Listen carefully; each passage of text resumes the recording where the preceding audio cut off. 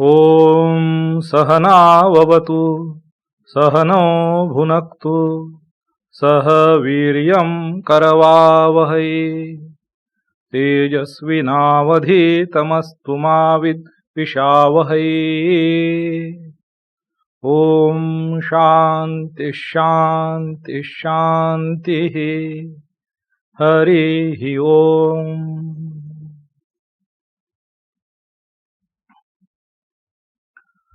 पार्थाय प्रतिबोधिताम् भगवता नारायणेन स्वयं व्यासेन ग्रथिताम् पुराणमुनिना मध्ये महाभारतम् अद्वैतामृतवर्षिणीं भगवतीम् अष्टादशाध्यायिनीम् अम्ब त्वाम् अनुसन्दधामि। भगवद्गीते भवद्वेषिणीम् वसुदेवसुतं देवं कंसचाणूरमर्दनं देवकी परमानन्दं कृष्णं वन्दे जगद्गुरुं। मूकं करोति वाचालं पङ्गुं लङ्घयते गिरिं यत्कृपातमहं वन्दे परमानन्दमाधवम्।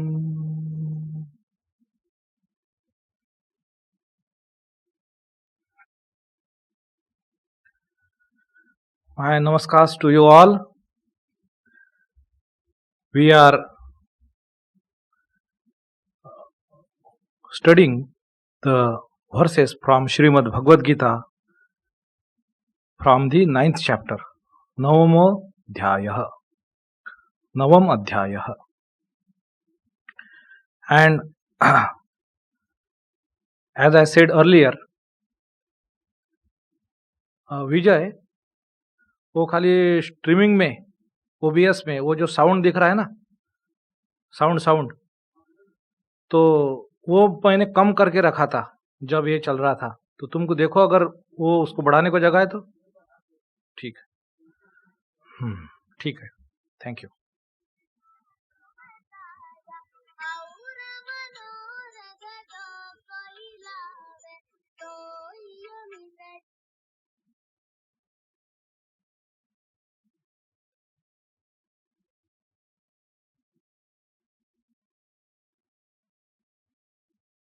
फोन है कि रुकता ही नहीं, चालू ही रहता है। तो so here as I said to you earlier, in this 9th chapter what we see ideas where Bhagavan had left in the 7th chapter, and so he is picking them up. We had seen verses until verse number 11. Avajananti mam mudha manushim tanum ashritam param bhavam ajananto mama bhuta maheshwaram. So similar verses we see in the 7th chapter. So like the verse number 24, it reads as avyaktam vyaktim apannam manyante mam abuddhayah param bhavam ajananto mama avyayam anuttamam. So he says that though I am unmanifested, that principle, people mistake me for Vyakti, the person. You see, where you will find such categorical words that there is no ambiguity. Bhagavan, it is from his own mouth, he is saying this, that I am the principle, do not mistake me for the person. No more debate and no more discussion about it. Though he had said that though I am that principal consciousness. I take birth in a human form. And here he says that do not mistake me for mere person. It is my avatar, it is my garb. It is the disguise I am wearing, I am putting on. Do not limit me unto it. I am not confined into it. I take a form, a human form. I put myself in those conditions and limitations. By that birth, by that the dharma, whatever that birth might have brought in the context, wherever his duty might be. But all the same, nonetheless, he is always that infinite consciousness. Avyaktam vyaktim apannam. And he says, manyante, they think like that. They opine like that. And what does he say to them? अबुद्धयः, बुद्धि नहीं है इन लोगों को, अबुद्धि ये लोग हैं जो मुझको व्यक्ति समझ बढ़ते हैं. They limit me to the form and name. I am not that much. I am in everything, but yet always I am that all pervading, undivided, indivisible, immutable principle, which is not subject to change. All the same, remember always me. For you I am in form. Alright, I am into the form. I have become the form also, but I am always the formless. Mam abuddhaya, and he says again, reiterates, param bhavam. So he says, this is the higher state, bhavam, ajanantah, that they do not know. Mama, mine, that param bhava is mine. It is the higher nature, higher state. Avyayam, that it is indivisible. Anuttamam, that it is the supreme most, nothing supersedes it. It is the supreme most, that entity I am. He says, here Bhagavan, he says in the 11th verse, in the 9th chapter, avajananti, again, not knowing me, mam. This he says, mudha, these people are mudha, they are deluded, they are ignorant, they are carried away by the appearance. They do not know the truth. Avajananti mam mudha, manushim tanum ashritam, that I have taken the shelter, taken the garb of this manushim tanu, a human form. It is my avatar, that means I am distinct from it. I am distinct from it. Suppose I play a role of something on a stage in a drama. So I am not that. I am playing that role. I am distinct from it. Though I have become that role, that part, that character which I am playing, though I have become that. I might be king, there I might be beggar. I am playing that role. Alright. Yes, I am that character. But I am still different. I am not that. Do you understand this?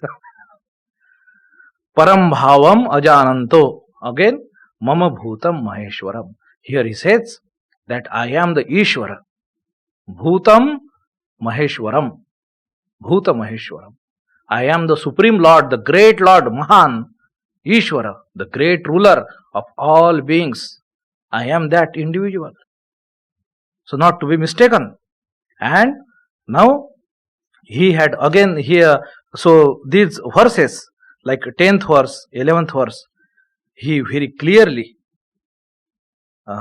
in the 8th verse, so he expresses this idea that to understand this dichotomy of the truth, what appears and what lies beyond the appearance. And then he says, so we will continue now with the 12th verse. What he says? Moghasha mogha karmano mogha jnana vichetasah rakshasim asurim chaiva prakrutim mohinim shritaha. He says that mogha here, sometime I wonder, in Maharashtra there is a surname called Moghe. I do not know how people have. Mogha does not have very good meaning in Sanskrit. Mogha means vyartha, futile, vain. He says Mogha Shaha, the people who have vain hopes, futile hopes, which are unfounded. That is so, which will not turn into anything positive, substantial. That is Mogha, Vyartha. Moghasha, Mogha Karmano, the people whose hopes are such, futile, whose Karmano, Mogha, whose all karmas are futile, whose Mogha Jnana, whose understanding is futile. Vichetasaha, Chetasaha, which is the conscious person, these people are of the distracted mind. Vichetasaha. Swami Maharaj is right, senseless. So nonsense. And Rakshasim, Asurim, Asura and Rakshasa. So Asura is the greater category, Rakshasa is one of them. So like Asura is the big set, superset, and Rakshasa is the subset of it. Rakshasim, Asurim, Chaiva, Prakrutim, Mohinim, Shritaha. These people, their Prakruti, their nature is drawn from this Rakshasim, Asurim, and therefore Mohinim. So, Moha, again, it has the meaning of delusion. It means delusion. These people are deluded. Their Prakriti, their nature, and therefore all their Smriti, Vritti, Buddhi, they are clouded by this. They are tainted by this. They are tamasic people.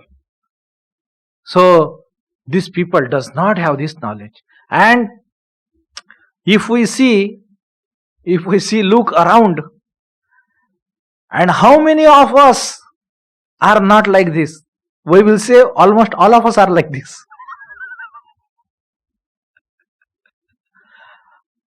So, that means this is very rare thing. This is very rare thing who comes to the real perception of this duality of this truth. Paramarthik and Vyavaharik Satya. The person, he must be spiritually evolved. And then he sees the truth very clearly.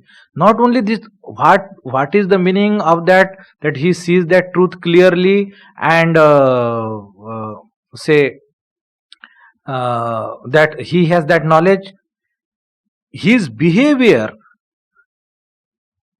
his actions, Shabdik, Vachik and Manasik, they will be in tune, in accordance with this truth. With this truth.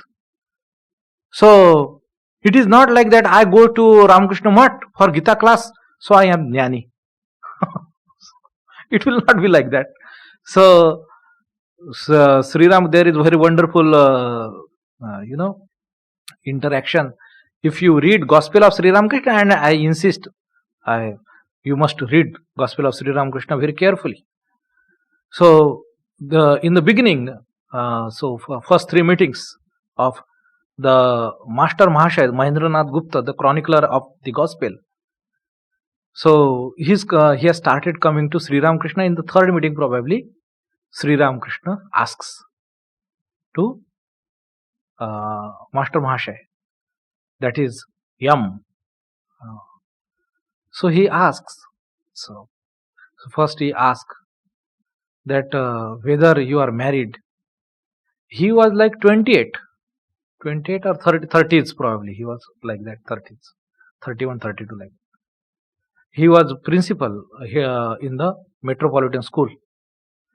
So by that standard, he was very erudite person and a scholarly person. He was in such a very sharp intellect, of extraordinary recap ability.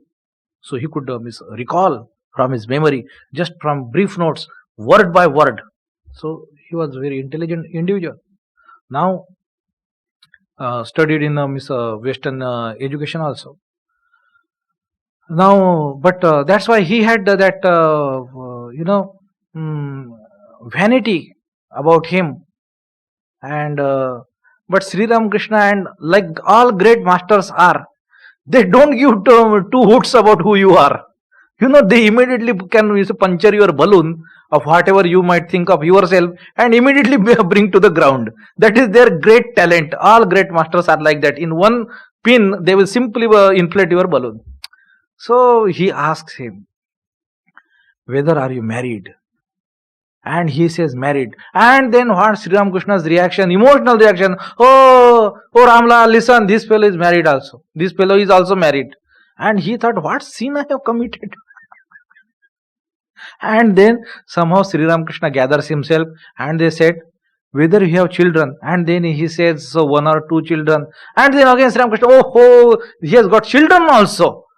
So, and then he feels again embarrassed. He said, it is so bad to be married and have children and all that. So anyhow, discussion proceeds further, and then he inquires about his wife. And so Sri Ramakrishna puts the question. What does he say? That his wife, whether she is what kind of a woman she is, and he puts it in his own way, categorize, give objective question. So one of the two things, one of the two options you have to select. He said, Vidya or Avidya? What is your wife like? Vidya or Vidya? Means of what nature she is, Vidya or Avidya? Coincidentally, that woman may not have, of those days, like those days, she was not formally schooled. So considering that, what the Master Mahasaya replies, that Avidya only. So she is not schooled or literate in the proper education. So Avidya only. And immediately again Sri Ramakrishna get vexed. So immediately he retorts, just because of this, she is Avidya and you are very great Gyani. And so he again feels embraces Sri Ramakrishna is means probably nobody might have rebuked him in this way. So he said, Miss, you have passed four examinations. That's why you feel that you are great Gyani, and because she is not gone to school, so that's why she is Avidya. So Master Mahasaya understands that his criteria and his approach is different while judging somebody, and whether he is Vidya Prakriti or Avidya Prakriti. So Jnana, therefore, is not bookish knowledge. Bookish knowledge is one way, is one element which might help you, if for that individual, to proceed towards that path, but that itself does not count as knowledge. That itself does not count as knowledge. When we come into the domain of spirituality, how articulate you are in putting some ideas does not make you Jnani. What makes you Jnani? Your conduct, your behavior, your experience, your reactions, your response, psychological and physical plane. Your ability to pursue, conceive ideas, complex ideas, higher spiritual ideas, pursuing the truth, and your behavior, how much it is in accordance with it, that will determine whether you have that knowledge or not. So for most of us, it would be the case that we slowly all progress from in these stages only. First we hear, first we have some kind of knowledge, some bookish knowledge, etc., etc., etc., and slowly we proceed towards it. So we must be clear.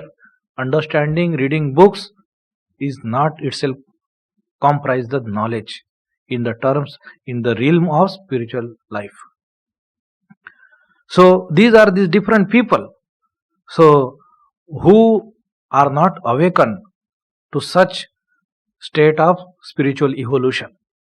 So till then, Therefore, our hopes, our efforts, our understanding, our conscience, they will be all futile. Whatever you would be doing. So, there in Mundaka Upanishad it comes probably. So, it is like piling gloom over gloom. How much darkness it is? If we add darkness to darkness, it is darkness, infinite darkness. So, so spiritual life or Vedanta or Upanishads, when we come to it, it has a different lens to see, judge, and evaluate anything. So, as long as that ignorance is there, whatever you might be doing, you might be doing, it amounts to null. Like you do lot of equation and ultimately there is multiplied by 0. So what will be there? What will be the result? So however big might be the equation, if it is multiplied by 0, amounts to what? Amounts to nothing. So that's why moga sha, moga karmano. So unless that person has come to that proper consciousness, and now that person has, that gates are open for him, that now his karma, his understanding, his knowledge, and now what ideas or hopes he might be harboring, now they have some meaning. Now his dream, his illusion has somewhat, he has awakened that he is in delusion, and he must work his way out of it. That awakening has come to that individual. His conscious spiritual progress has started. That path is open before him.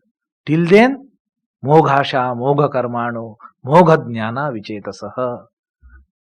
इतनी बड़ी building बन ली, इतना बड़ा award मिल गया, हम यहाँ के ये हो गए, वहाँ के वो हो गए, ऐसा पैसा कमा लिया, यहाँ पे नाम की मतलब पार्टी लग गई इधर, करो. So unless that you, but what is wonderful is, if that individual is awakened, it does not mean he does not do these things. So it does not mean he has understood that God is in reality, is that one individual principle. He is not limited to the form. That means it is not that he does not go to temple. He does not worship the form and name, takes his name, rejoice in it, sing praises, glory to him. No, all the more now he has understood it, and he does it rightly, in a correct way. He knows everything through that gateway of name and form reaches the infinite only. My objective is the infinite only, through this finite form of his. He is no more in delusion. His understanding is now ripe. He is the Jnani Bhakta, as Gita says. So, till then, so this is the state of our mind. And you see, in the next very verse, Bhagavan says the same thing, what I just said, or rather it would be incorrect. So, Bhagavan says this thing. He says, Mahatmanah, the whose minds are great, the great minds. That is the meaning of Mahatma, the great souls. Mahatmanah, tu means but Mahatmanah, the people with the great mind. So they are evolved individuals. What this says, O Partha, they are Daivim Prakrutim Ashritaha. Their nature, their Prakriti is of the temperament, is of the class of the divine. Daivim. They are not Rakshasim, Asurim, Mohinim. Their Prakriti is not that kind. These are the different individuals. And what they do? Bhajantya ananya manaso. Bhajantya, bhakti करते हैं, भजन करते हैं. यही बोला है, जिसको ज्ञान होता है वो क्या करता है? वो भजन करता है, वो जान गया है कि कृष्ण है, ये राम है, ये शिव है, ये दुर्गा है. जिस रूप का वो जो उसका इष्ट हो, जिसकी वो पूजा करता है. अनन्य मनसो, विथ अनडिवाइडेड माइंड. उसका मन और कहीं नहीं खींच रहा है, क्योंकि इसकी अनुभूति, ये जो ज्ञान है उसके मस्तिष्क में, उसके बुद्धि में नहीं, उसके हृदय में प्रज्वलित हुआ है. That has become him. That has become him. That knowledge, he does not have to remember that and do. He does not have to refer it to like a piece of information. No, it has turned him into his character. He has become that. The very embodiment of it. That's why where his mind will rush. There is no, हम सबका complaint है कि मन control कैसे करे, ध्यान कैसे करे, मन भटकता है. मन भटकेगा क्योंकि समझा तो नहीं है, केवल दिमाग में है, उतरा कहाँ है यहाँ पे. So this information must translate into emotion. It must percolate into your heart. It must become that heart. Instead of that information, it is that individual. It is the experience. It is that person. It is being that. That's why Swamiji puts this very simple definition of religion. He says, being and becoming, that is the whole of religion. We do not understand these words. Swami ji ने कुछ तो भी dialogue मार दिया ऐसा ही है ना, तो हमको तो समझ में आएगा नहीं, तो स्वामी जी ने हमको भी मतलब टपली मारा सर पे कि बीइंग एंड बिकमिंग, कुछ तो भी बोलना है, एक डायलॉग है कि नहीं. ऐसा नहीं है. That is the whole. Who has become religious? Who has got the religion? Who has have the religion? Who has become that? Whose being has transformed into it. Hmm. Hmm.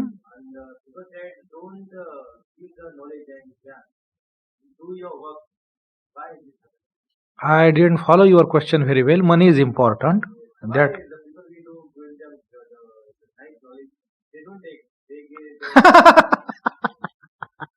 just now I said, now you see how mistaken you are. I said religion is being and becoming. Where did I say that you go and give knowledge? You get the knowledge yourself first.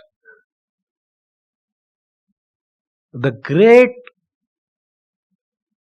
first step of spiritual life is the spiritual life must bring focus upon you.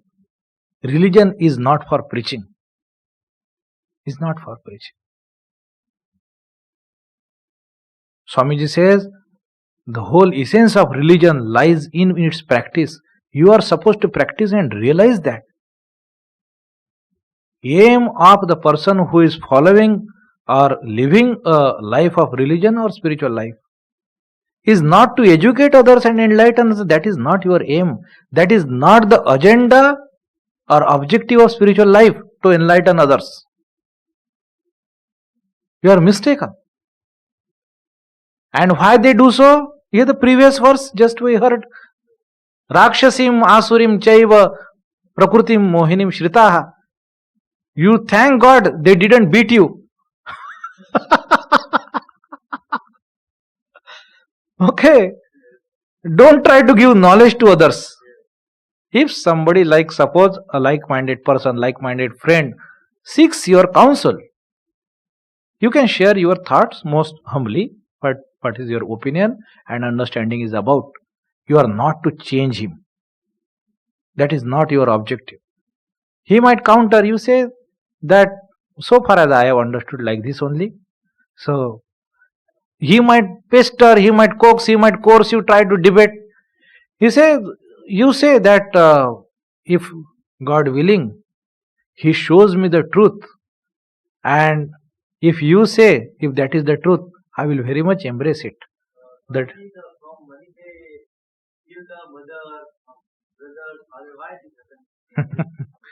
so to stick to the business.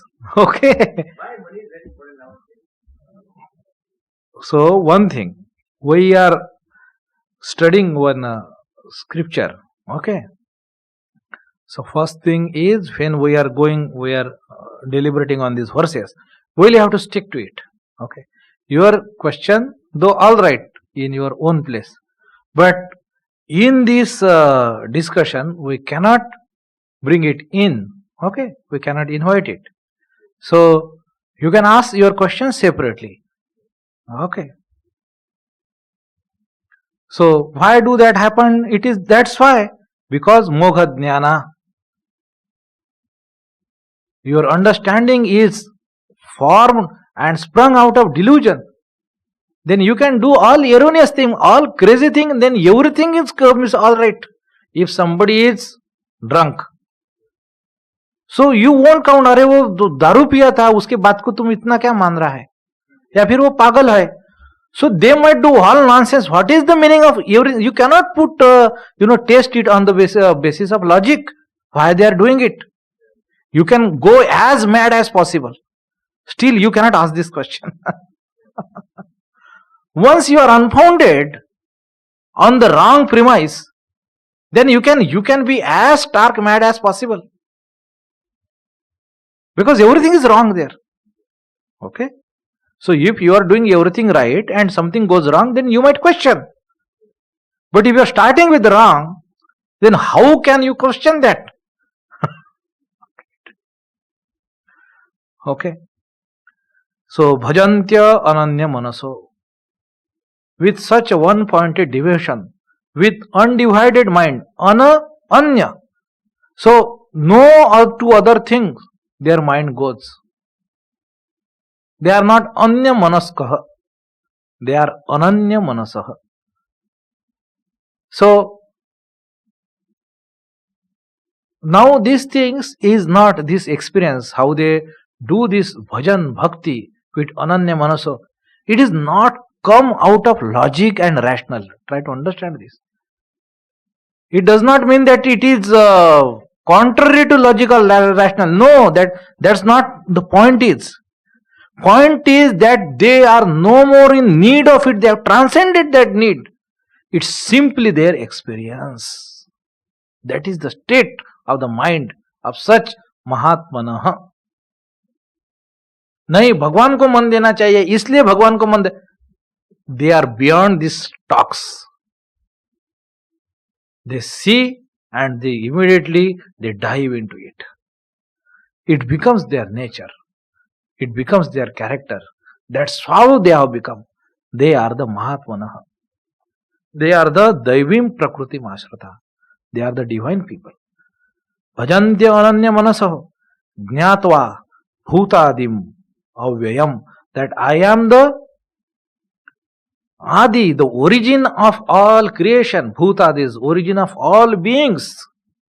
And I am yet the indivisible, immutable, that there cannot be any change. Immutable means there cannot be any change. So unchangeable.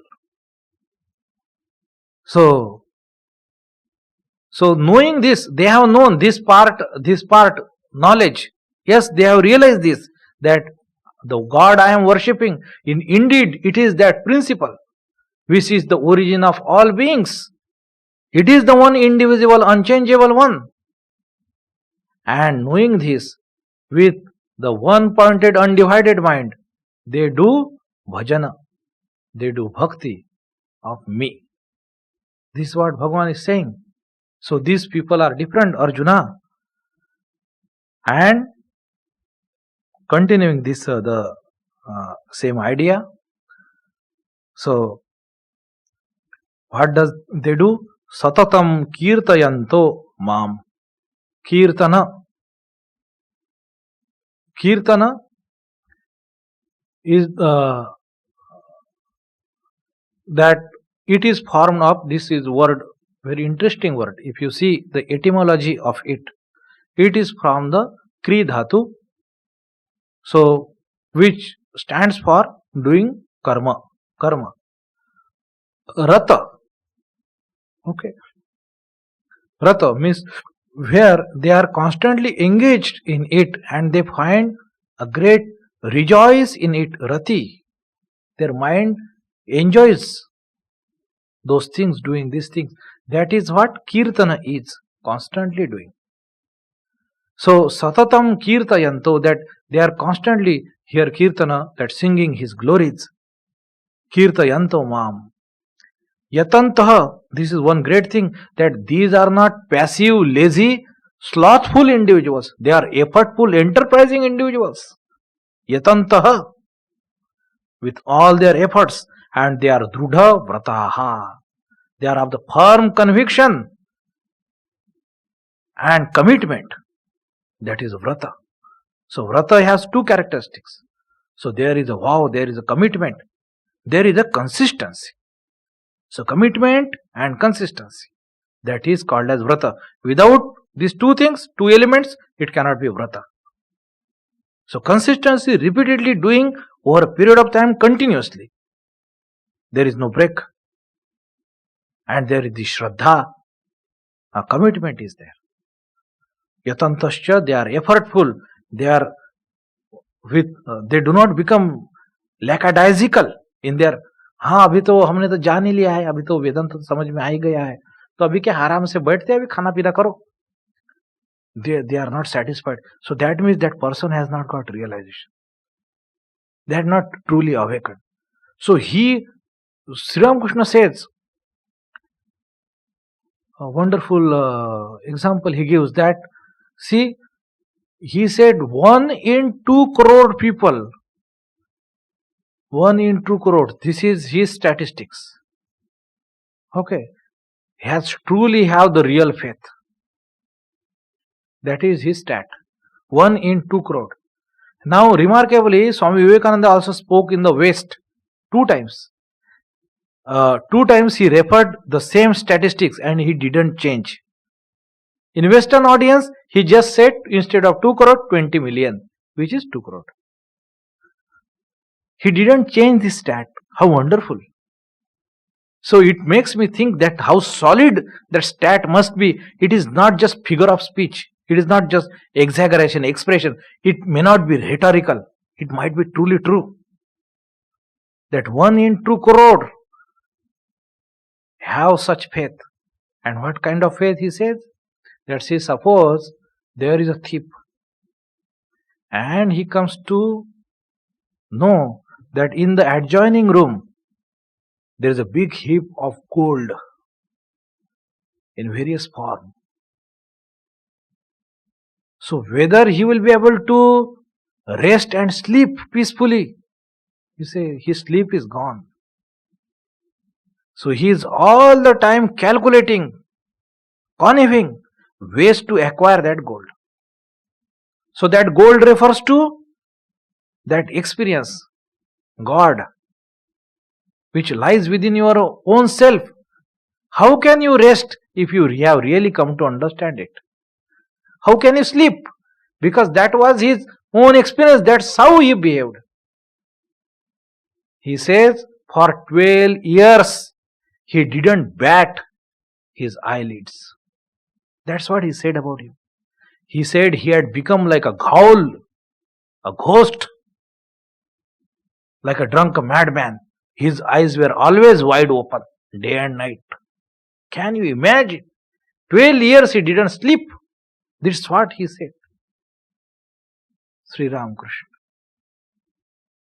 Even though he had vision of Mother Kali, even though he had Nirvikalpa Samadhi, highest whatever a individual, a spiritual aspirant can imagine of, he had everything. And still, how great was his hunger. That's how it makes him different from ordinary spiritually realized soul. That's why he came to realize that he is not ordinary individual who by the grace of Guru, by his sadhana, has got the realization of God. He is not ordinary individual that way. That itself is extraordinary thing. But still in that realm, in that theater, if that be considered, he is something extraordinary than that. And that's how we come to realize that his life, his experiences, his spiritual sadhana is everything for a distinct purpose. He is the divine human being who has come to this earth again and again in the form of a human being with a definite purpose, with a definite mission for the good of all. That he is the Ishwar Avatar. He didn't start his career to become Ishwar Avatar. It was his realization after these 12 years of intense madman like sadhana. So he was literally called as a pagal of the Dakshineshwar people. Pagal Bamun. So mad Brahmin. That's what people used to call. So this is the idea of Shraddha. How can you rest? That is the idea. So that is the meaning of yatantascha. If you are really awakened, how can you rest? How can you be quiet? Mostly we think spirituality is very nice thing. You are spiritual, means you must be very calm, very nice, very sweet, etc. etc. Very smiling. On the contrary, if you are truly spiritually awakened pure fellow, you would be almost appear like unsocial. That is the truth. You see me very quiet and calm and speaking before you, because I have not got that. If would have got, I would have given up my clothes and ran naked in the street. That is the person. He cannot live, he cannot bear himself. It is very rare thing. So spirituality is no joke. Spirituality is no joke. It is no cheap thing. It is no cheap thing. And such great people. So we may not ever get it. We might get it in our own way, very little, very gradual, very slowly. There is another class of people. Their life is not like this. So they are out of the spiritual practices of lives together. They born with such kind of burning desire to be free, great mumuksha. And these people have this great fortune to experience it. Everybody of us may experience God or become spiritually realized. That is possible. But like everybody is getting salary, I am also getting suppose 10,000. But there are some who rose in uncountable wealth. So they are different.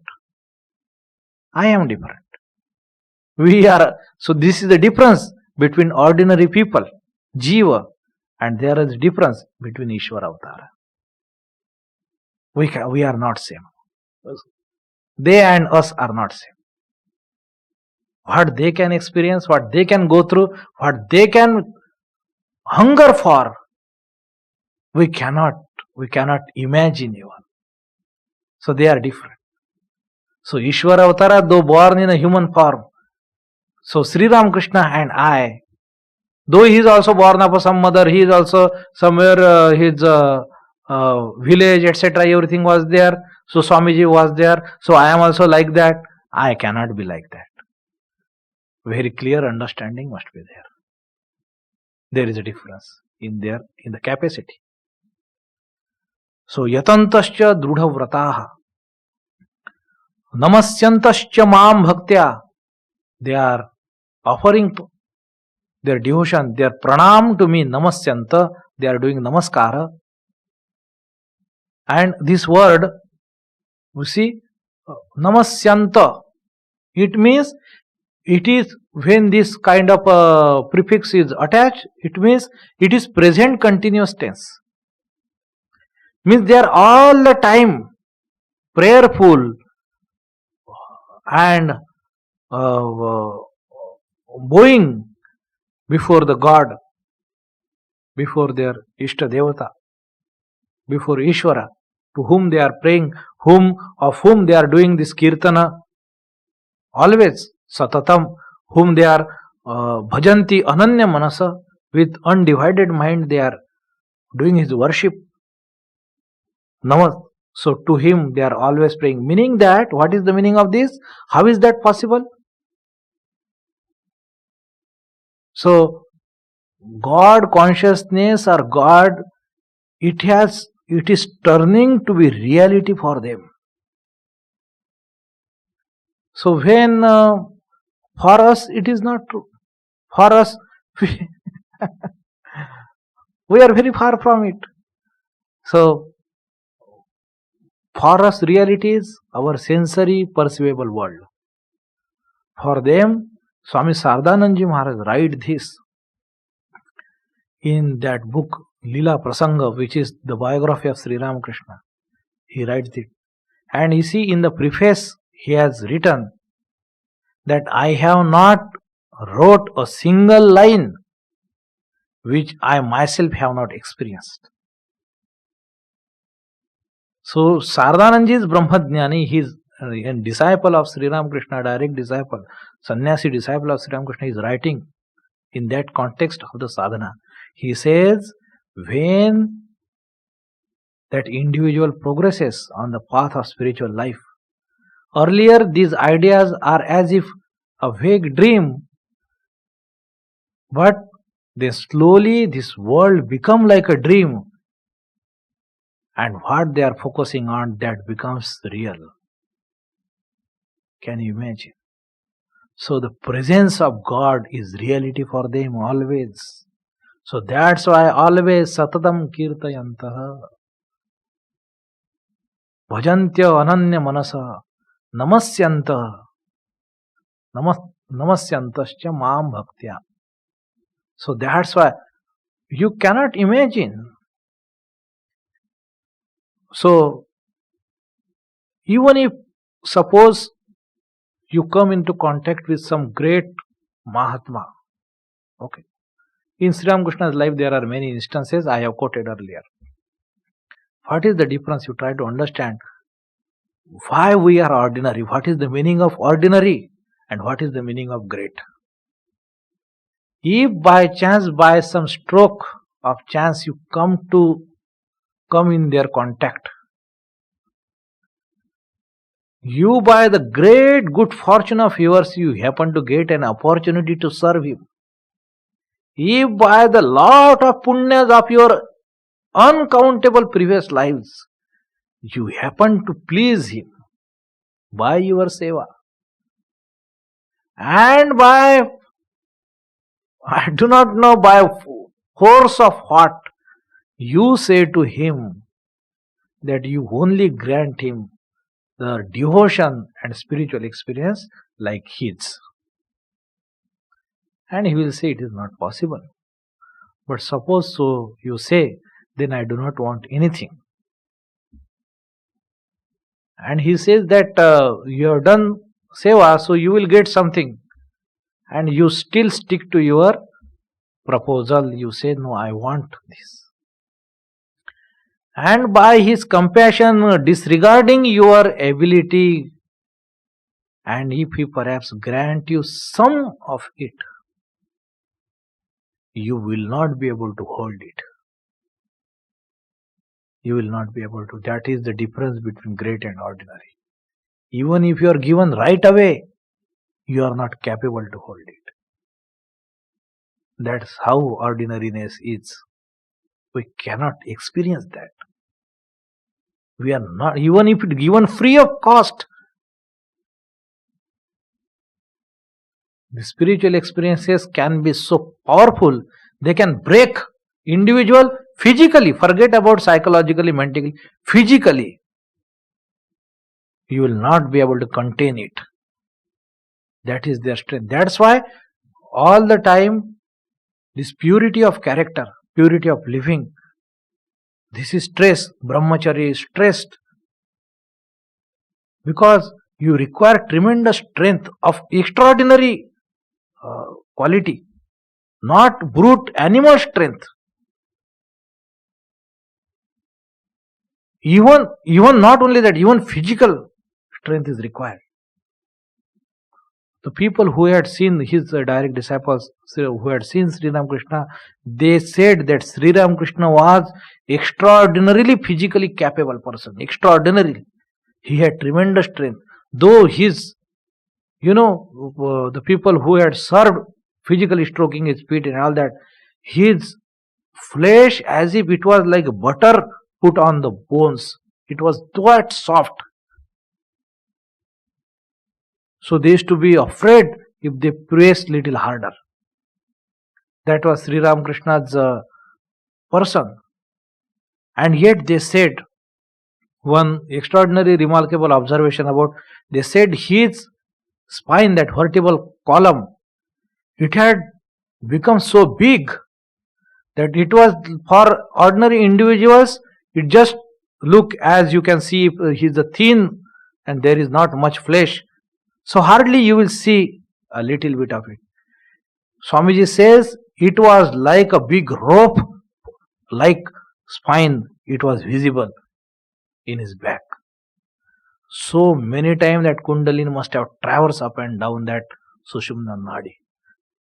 So हमारा छोटा पतला गली, कुछ भी नहीं हमारे पास, no road, उनके पास highway है.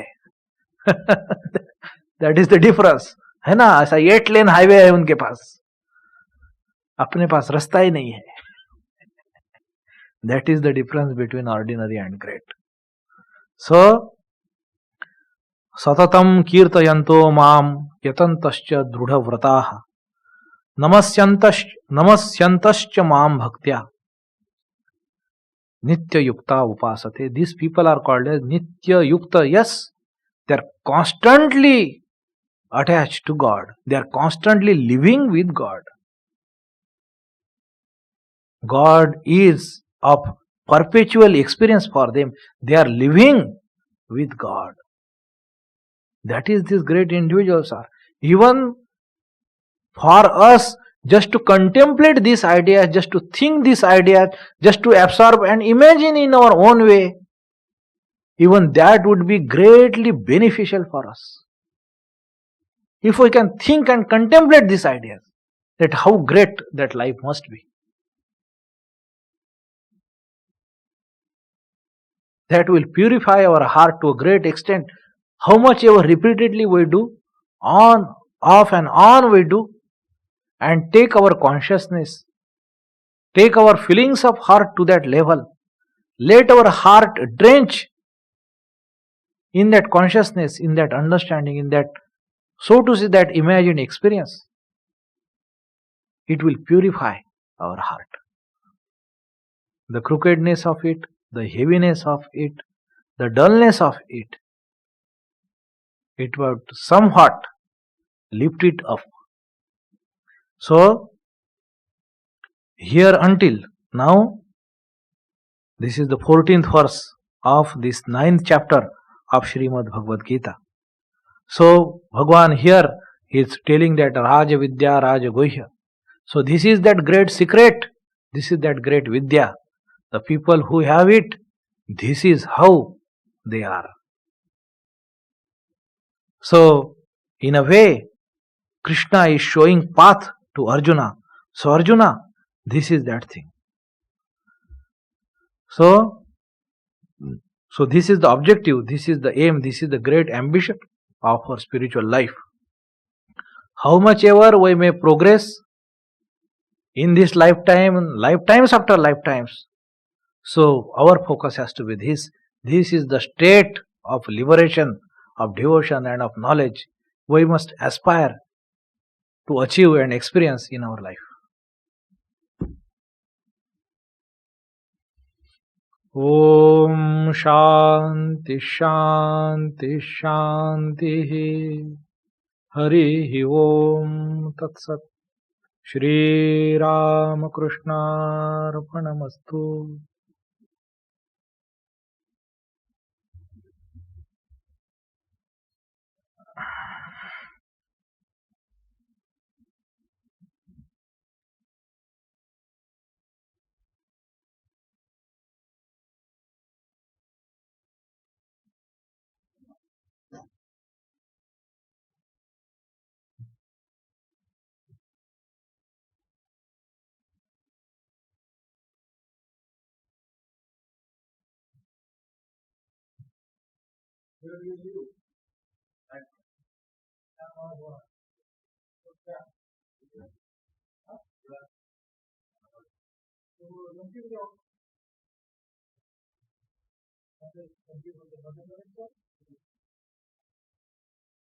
ठीक है।